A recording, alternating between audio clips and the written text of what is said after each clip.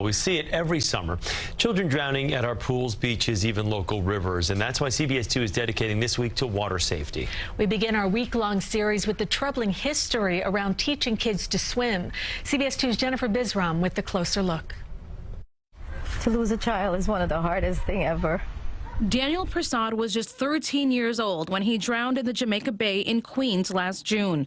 He was with his best friend Ryan Wong, who also died. Maybe he would have swam away from the current and the water, and he would have been with us today. And last month, 11-year-old Alpha Berry and 13-year-old Garrett Warren drowned in the Harlem River. They, too, didn't know how to swim. Systemic racism, segregation that happened, Jim Crow laws in the pools have made it so that the adults don't know how to swim. And we found that if adults don't know how to swim, their kids often don't know how to swim. Studies show drownings disproportionately affect communities of color. According to the CDC, 5 to 19-year-olds who were black were 5 times more likely to drown in a swimming pool compared to their white peers. And black children ages 11 and 12 were 10 times more likely to drown. The USA Swimming Foundation found 64% of African-American children and 45% of Hispanic children have little to no ability to swim, even though swim lessons can reduce the risk of drowning by 88%. If you are making less money, you're farther away, it's harder to get to a pool, then it's less likely that you'll be able to teach your kids how to swim. Grieving mothers say the answer is simple. I think swimming should be a part of the curriculum in schools. While New York City Public Schools doesn't offer swim classes to its students, they do partner with organizations that teach swimming and provide water safety training.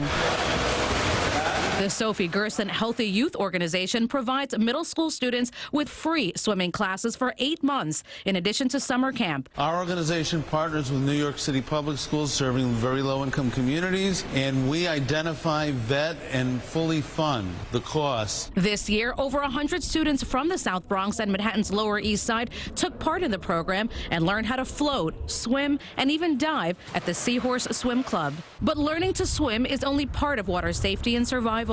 Whether it's your local swimming pool, which is the least volatile of water, to a little pond in your backyard, a little stream in your local park, a big lake, our rivers here, or the ocean being the most volatile of the waters, all of those have a different nature, behavior, and danger. The Swim Strong Foundation has gone into over 40 New York City public schools in Brooklyn and Queens so far this year and taught nearly 20,000 students situational swimming with their Know Before You Go access and education program.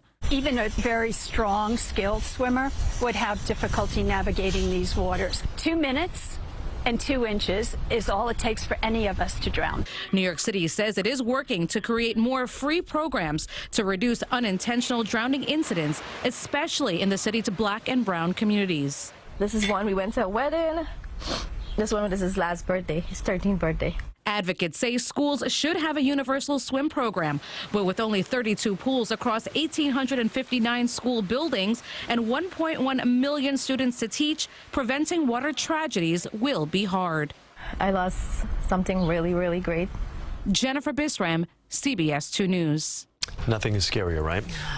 And as we said, we'll be looking at water safety all week. Our series continues tomorrow with more on what parents should know about keeping kids safe around the pool.